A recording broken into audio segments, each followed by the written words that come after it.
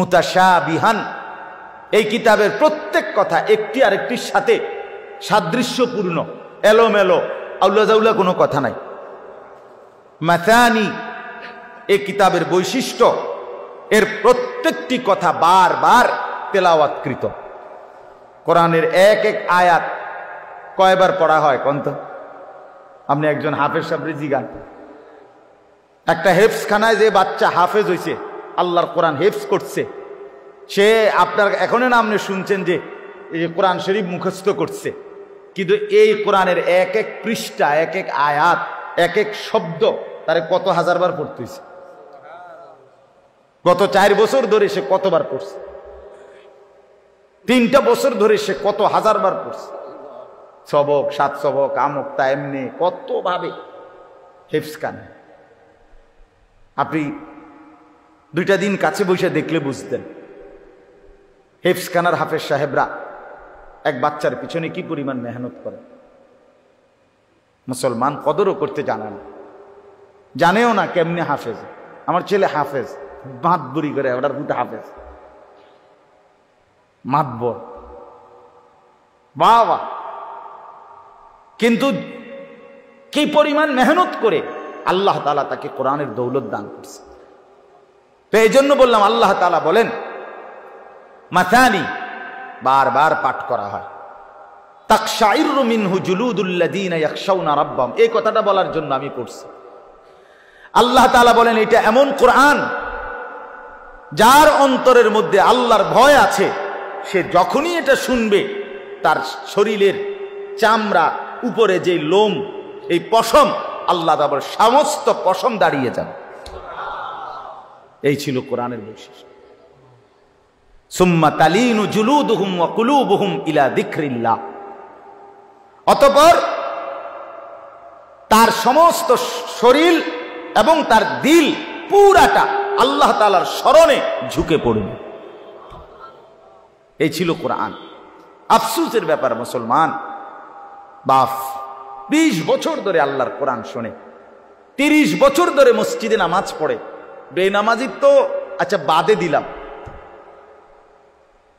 কিন্তু নামাজি মানুষ চাচা আজগা 20 বছর 15 বছর থেকে সামনের কাতারে বসেই নামাজ পড়ে, দ্বিতীয় কাতারে, প্রথম কাতারে, এশার নামাজ, ফজরের নামাজ, মাগরিবের নামাজ, আল্লাহর কোরআন শুনতেছে ইমাম সাহেবের জবানে, কিন্তু 30 বছরে কলজার ভিতরে এই বিবেকটাও আসে নাই যে আমার কোরআন শরীফটা অশুদ্ধ, এটা ঠিক করা দরকার। এ কি পরিমাণ বদনসিব মুসলমান। এই সূরার এই আয়াতের মধ্যে যেখান থেকে আমি পড়ছি 19 নম্বর আয়াত, আল্লাহ তাআলা মানুষের স্বাভাবিক একটা চরিত্র তুলে ধরছে। প্রথম, মানুষ মাত্রই তার স্বাভাবিক চরিত্রটা কেমন হয় আল্লাহ তাআলা এটা প্রথম তুলে ধরছেন। এরপরে সেই চরিত্র থেকে পবিত্র থাকবে কারা, মুক্ত থাকে কারা, এরকম গুণাবলী সম্পন্ন কিছু বান্দার পরিচয় আল্লাহ তাআলা তুলে ধরছেন। অর্থাৎ প্রথম আল্লাহ তাআলা বলছেন ইন্নাল ইনসানা খুলিকা হালুয়া। এই যে কথা এখান থেকে শুরু করলেন, নিশ্চয়ই মানুষ তাকে বানানো হয়েছে স্বাভাবিকভাবে হালুয়া, এই চরিত্র। এই শব্দটার অর্থ হলো 3টা। 1 নম্বর হলো ভীরু, 2 নম্বর হলো অধৈর্য, 3 নম্বর হলো লোভী। লোভী লোভী। তো আল্লাহ তাআলা বলেন মানুষের স্বাভাবিক আচরণ হলো, মানুষকে স্বাভাবিকভাবে বানানো হয়েছে, মানুষের স্বাভাবিক চরিত্র হলো সে ভীরু, সে অধৈর্য, সে লোভী। কি ব্যাপারে ভীরু, কি ব্যাপারে অধৈর্য, কি ব্যাপারে লোভী, আল্লাহ তাআলা সেটার 2টা উদাহরণ দিছে। ইদা মাসসাহুশ শাররু জাজুআ ওয়া ইদা মাসসাহুল খায়রু মানুআ। আল্লাহ তাআলা বলেন স্বাভাবিকভাবে মানুষ এমন হয় যে যখন তার উপরে কোনো মুসিবত আসে, অকল্যাণ, অপছন্দনীয় কিছু আসে, তো অল্পতেই হতাশ হয়ে পড়ে, হতাশ হয়ে যায়। আবার যখন তার পক্ষে, তার পছন্দসই, তার পছন্দ মতো, চাহিদা মতো কিছু মিলে, পেয়ে যায়, স্বাচ্ছন্দ্য, তার সুবিধা মতো, তখন সে মানুয়া, কৃপণ হয়ে যায়। অর্থাৎ তখন আর সে আল্লাহর পথে, আল্লাহর ইবাদতে, আল্লাহর জন্য তা ব্যয় করতে আর চায় না। না থাকলে বা পেরেশানিতে পড়লে, মুসিবতে পড়লে একদম হতাশ হয়ে যায়, আর থাকলে কৃপণতা করে, আর দিতে চায় না, আল্লাহর জন্য তখন আর খরচ করতে চায় না। তা আল্লাহ তাআলা বলেন এই হলো মানুষের স্বাভাবিক চরিত্র, স্বাভাবিক বৈশিষ্ট্য। অর্থাৎ প্রত্যেকটা মানুষ এমন হয় যে যখন আল্লাহ তাআলার উপরে তার প্রথম জিম্মাদারি, মূলত বিষয় হলো প্রতিটা মানুষের, প্রতিটা মুমিনের উচিত সর্বাবস্থায় সে আল্লাহ তাআলার উপরে ভরসা করা। ওয়া আলা রাব্বিহিম ইয়াতাওয়াক্কালুন। আল্লাহ তাআলা কোরআনুল কারীমের মধ্যে বলছেন মুমিনের সিফাত হলো মুমিন তার রবের উপরে ভরসা করবে। তাহলে আমি সুখে থাকি কিংবা দুঃখে থাকি, আমার অভাব হোক আর প্রাচুর্য হোক, আমার পছন্দ মতো মিলুক অথবা না মিলুক, কোনো অবস্থাতে আল্লাহর উপর থেকে নির্ভরতা, ভরসা না সরানো, এটা হলো আল্লাহ তাআলার চাওয়া। আল্লাহ তাআলার চাওয়া কোরআনুল কারীমের মধ্যে আছে। আল্লাহ তাআলা নবী সাল্লাল্লাহু আলাইহি ওয়াসাল্লামকে বলছেন, কুল লান ইউসিবানা ইল্লা মা কাতাবাল্লাহু লানা। হে নবী, আপনি বলে দেন পৃথিবীবাসীকে, আপনার উম্মতকে, সমস্ত ইমানদারদেরকে, সবাইকে বলেন যে শোনো, এ কথার বিশ্বাস রাখো যে লান ইউসিবানা ইল্লা মা কাতাবাল্লাহু লানা, আমাদের উপরে কোনো মুসিবত আসবে না, কোনো পেরেশানি আসবে না, আসবে ওইটুকু যেটুকু আল্লাহ আমাদের জন্য তাকদীরে লিখে রাখছেন। মা কাতাবাল্লাহু লানা, আল্লাহ যা লিখে রাখছেন, ফয়সালা করছেন, সেটা আসবেই, এর অতিরিক্ত কিছুই হবে না, এর অতিরিক্ত কিছুই হবে না। হুয়া মাওলানা, আল্লাহ বলেন নবী এটাও বলে দেন যে আল্লাহই সব অবস্থায় আমাদের অভিভাবক। আমাদের সব অবস্থায় অভিভাবক কে বাপ? আল্লাহ। হুয়া মাওলানা। এরপরে আল্লাহ বলেন, এটাও বলে দেন, ওয়া আলাল্লাহি ফালিয়াতাওয়াক্কালিল মুমিনুন, সমস্ত মুমিনদের উচিত শুধুই কেবল আল্লাহ তাআলার উপরে ভরসা করা। কার উপরে ভরসা করা? আল্লাহ তাআলার উপরে ভরসা। আমার ভাই, হাতে ধরা যাদের মোবাইল, আপনারা এই মোবাইলটা আল্লাহর ওয়াস্তে বন্ধ করে দেন। বন্ধ করে আমার অনুরোধ, আপনারা দয়া করে এমনি একটু কথা শোনেন, আমার দিকে তাকায়া। আল্লাহর কথা উলামায়ে কেরামের চোখের দিকে তাকায়া শুনলে বরকত হয়। মোবাইলটারে সামনে যদি হাতের মধ্যে আপনি ধরে রাখেন, এটা একটা দেওয়াল উঠাই দিলেন, আপনি জীবনেও আপনার কোনো পরিবর্তন হবে না, ওই মোবাইলেই থাকবে সব। নিজের কলিজা নড়বে না, দিল নড়বে না, বুঝছেন না? একটা ইন্তেজাম, একটি মাহফিল আল্লাহর কথা পরিবর্তনের জন্য, জিন্দিগি বদলাবার জন্য। কলিজা যদি না নড়ে, বিবেক যদি না নড়ে, নিজের মধ্যে কিছুটা হইলেও যদি নড়াচড়া না আসে, তো শুনি লাভ কি? আমি যেমন ছিলাম তেমন, এভাবেই দিনের পর দিন, মাসের পর মাস, বছরের পর বছর, এটা তো হইতে পারে না, এটা তো উচিত না। কোরআনুল কারীমের মধ্যে আছে, আল্লাহ তাআলা বলতেছেন সাহাবীদের আখলাক, ইযা সামিউ মা উনজিলা ইলার রাসূল তারা আয়ুনাহুম তাফীদু মিনাদ দাম'i। আল্লাহ বলেন, বন্ধু, আপনার সাহাবীরা এমন, যখন আমি আল্লাহ তাআলা কোরআন নাজিল করি আর সেটা যখন আপনার জবান দিয়ে তারা শুনে, তা আপনি দেখতে পাবেন আপনার সাহাবীদের প্রত্যেকের চোখ থেকে অঝরে পানি ঝরতেছে। এই কথা ছিল, এই মোমেন কোরআন শুনলে নড়ে চড়ে বসবে। এই বেটা, আমার আল্লাহর কোরআন পড়া হচ্ছে, চুপ, কোনো কথা নাই, এমন হওয়ার কথা ইমানদারের। সারা দেহ নড়ে উঠবে। কোরআনুল কারীমের মধ্যে আছে, আল্লাহ তাআলা বলেন, আল্লাহু নাজ্জালা আহসানাল হাদিস কিতাবাম মুতাশাবিহাম মাসানি তাকশাইরু মিনহু জুলুদুল লাযীনা ইয়াখশাউনা রাব্বাহুম।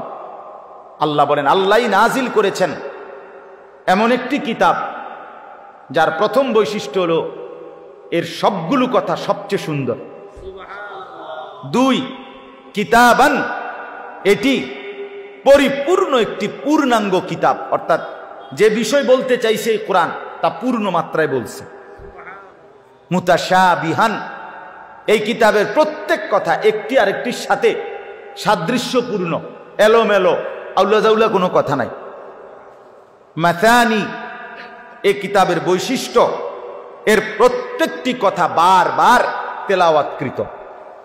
কোরআনের এক এক আয়াত কয়বার পড়া হয় কন্ত?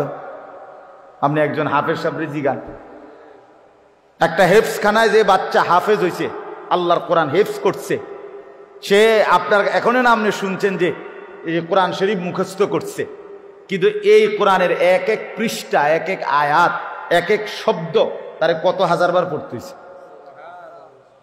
গত 4 বছর ধরে সে কতবার পড়ছে, 3টা বছর ধরে সে কত হাজারবার পড়ছে। সবক, 7 সবক, আমক তা এমনি কত ভাবে হেফজখানা। আপনি 2টা দিন কাছে বসে দেখলে বুঝতেন হেফজখানার হাফেজ সাহেবরা এক বাচ্চার পিছনে কি পরিমাণ মেহনত করে। মুসলমান কদরও করতে জানে না, জানেও না কেমনে হাফেজ। আমার ছেলে হাফেজ, মাতবুরি করে, ওটার পুতে হাফেজ, মাতবর, বাবা, কিন্তু কি পরিমাণ মেহনত করে আল্লাহ তাআলা তাকে কোরআনের দৌলত দান করছে। তো এই জন্য বললাম, আল্লাহ তাআলা বলেন মাসানি, বারবার পাঠ করা হয়। তাকশাইরু মিনহু জুলুদুল লাযীনা ইয়াখশাউনা রাব্বাহুম, এই কথাটা বলার জন্য আমি পড়ছি। আল্লাহ তাআলা বলেন এটা এমন কোরআন যার অন্তরের মধ্যে আল্লাহর ভয় আছে, সে যখনই এটা শুনবে তার শরীরের চামড়া, উপরে যে লোম, এই পশম, আল্লাহ তাআলার সমস্ত পশম দাঁড়িয়ে যাবে। এই ছিল কোরআনের বৈশিষ্ট্য। সুম্মা তালিনু জুলুদুহুম ওয়া কুলুবুহুম ইলা যিকরিল্লাহ, অতঃপর তার সমস্ত শরীর এবং তার দিল পুরাটা আল্লাহ তাআলার স্মরণে ঝুঁকে পড়বে। এই ছিল কোরআন। আফসোসের ব্যাপার মুসলমান, বাপ 20 বছর ধরে আল্লাহর কোরআন শোনে, 30 বছর ধরে মসজিদে নামাজ পড়ে, বেনামাজি তো আচ্ছা বাদে দিলাম,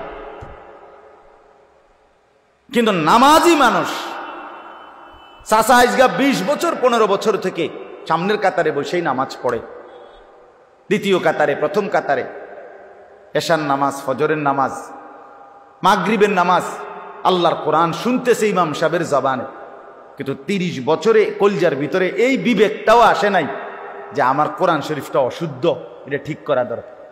এ কি পরিমাণ বদনসিব মুসলমান!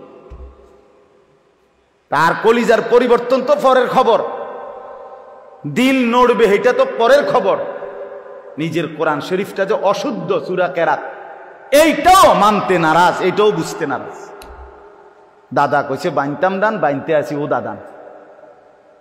ও দাদান মানে ভিজা ধান। ভিজা ধান ঢেকিতে দিলে এটা সারাদিন বাইরে এলেও ধান থেকে চাউল আলাদা হবে না, হবে না। তাহলে এই জন্য এটা আল্লাহর কোরআনের কথা বলতে গিয়ে বলি, জিন্দেগি যদি না নড়ে, বিবেক যদি না নড়ে, দিল যদি না নড়ে, তা আল্লাহর কোরআন কি শুনলেন, কি বুঝলেন? আপনার অনেক মুসলমান আছেন যাদের কোরআন শরীফ অশুদ্ধ, 90 বছর বয়স, 50 বছর বয়স, 60 বছর বয়স, 30 বছর বয়স, একটা সূরাও ঠিক করে পড়তে পারেন না। এবং এটা যে অপরাধ, আমরা এইটাই তার দিলে না, এইটা যে একটা পাপ, অন্যায়, এটা যে গুনাহ, এটা যে একটা দুর্ভাগ্য, এইটাও জানেন, এটাও জানেন। বছরের পর বছর এক তালে আছে, একতান, অশুদ্ধ। আত্তাহিয়াতু শুদ্ধ বলতে পারে না, দোয়ায়ে কুনুত শুদ্ধ পড়তে পারে না। এটা যে কোনো ঠিক করা দরকার, এই মানসিকতাও না। শব্দটা হলো সামিআ, আইন, সামি আল্লাহু, আইন। আমনে কোন সামি আল্লাহু লিমান হামিদা, সামিয়া, এটা তো ইয়া। তো এটা কি হলো? আপনি 100 বছর পড়লেও তো এটা হয়েছে না। শব্দটা তো হলো আইন, আপনি তো করলেন ইয়া। সামি আল্লাহু লিমান হামিদা, সামিয়া তো না। আপনি তো বললেন হামজা, সামিআ, শব্দ তো হামজা না, শব্দ তো ইয়া না, শব্দ কি? আইন। তো আমরা আইন এটা শিখতে হইব না? এটা হলকের মাঝখান দিয়ে কেমনে উচ্চারণ করতে হয় এটা শিখতে হবে না আপনাকে? এটা শুদ্ধ হবে কেমন? শুদ্ধ হবে কেন? বড় যে কাফ, কুল, কুল, এটা যদি কোনো আলেম থেকে কেউ মস্ক না করে, খুদার কসম সে ইহ জিন্দিগি তো সঠিক উচ্চারণ করতে পারবে না। কবর থেকে উঠতে আইলেও পারত না সে। এটা কোনো আলেম থেকে শিখতে হবে। কারণ বাংলাতে এ কফ এটার কোনো অক্ষর নেই। ছোট কাফের অক্ষর আছে ক, মানে ছোট কাফ যেটা, সেটার জন্য কি আছে? ক, ক, ক, খ, এ ক, এটা দ্বারা বোঝা গেল যে ছোট কাফ। কিন্তু কফ এটাই ঠিক আলেম থেকে শিখতে হবে, কারি সাহেব থেকে শিখতে হবে, নাইলে এটা শুদ্ধ হবে না। আপনি যদি অনুবাদ না, উচ্চারণওয়ালা কোরআন শরীফও পড়েন, কাম হইত না। এই জন্য আপনাদের কাছে বললাম, আমি যে উদ্দেশ্যে বলতেছিলাম, আমার দিলের মধ্যে যদি নড়াচড়া না হয়, বিবেক যদি না জাগে, দিলের মধ্যে যদি কোনো অনুভূতি না জাগে, তো আল্লাহর কথা শুনে লাভ কি? আল্লাহর কথা শুনে লাভ কি? এই জন্য এই কথাটা বলতে গিয়ে বলছি, অনেক সময় সারাক্ষণ আল্লাহর কোনোখানে কোনো বয়ান হইলে ব্যস্ত, শুধু মোবাইলটা নিয়ে শুধু ব্যস্ত। কিছু মানুষের জিন্দিগি বদনসিব এমন যে 24টা ঘন্টা জিন্দিগিটারে মোবাইলটার সাথেই মিলাই গেছে। আজ আমাদের লাখ লাখ নওজোয়ান, সে তার জীবনের সমস্ত স্বপ্ন, আশা, আকাঙ্ক্ষা, ভালোবাসা, আবেগ, অনুভূতি, চিন্তা, চেতনা, সব কিছু, জীবনটা পুরা উৎসর্গ এই মোবাইলের কাছে। হায় হায় আফসোস। আপনি তার একটা হাত খুললে লাগবেন, হে মেনে নিবে, মোবাইলটার থেকে তার 1 ঘন্টা আলাদা রাখবেন, সেটা মানবেন। এই পরিমাণ নেশাগ্রস্ত, এই পরিমাণ। মদের আসক্তি এত মারাত্মক না, জুয়ার আসক্তি এত মারাত্মক, মোবাইলের আসক্তি যে পরিমাণ। হাজার হাজার যুবক, লাখ লাখ যুবক একটা সেজদা দেয় না, এই মোবাইলের আসক্তি।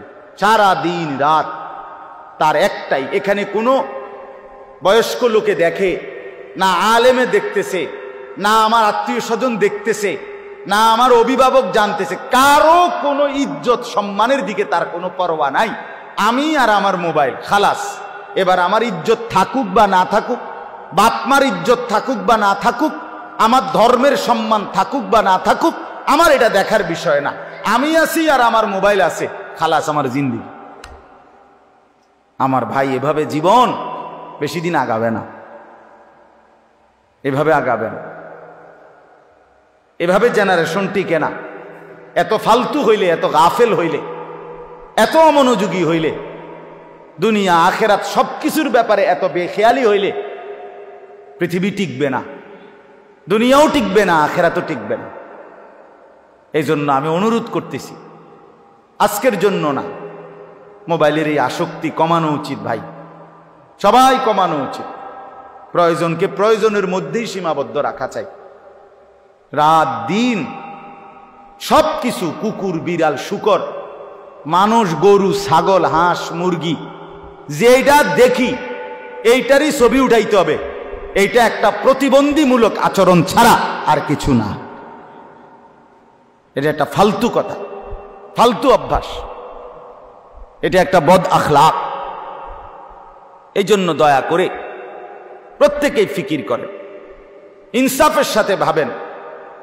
যুবক ভাই আপনারাও ভাবেন, নওজওয়ান তোমরাও ভাবো ভাইয়া, এক মুসলমানের জিন্দিগি এত ফালতু যেন নষ্ট না হয়। আল্লাহ আমাদেরকে বুঝ দান করে। চলেন আমি আমার কথাটা বলতেছিলাম যে এক মুমিনের সিফাত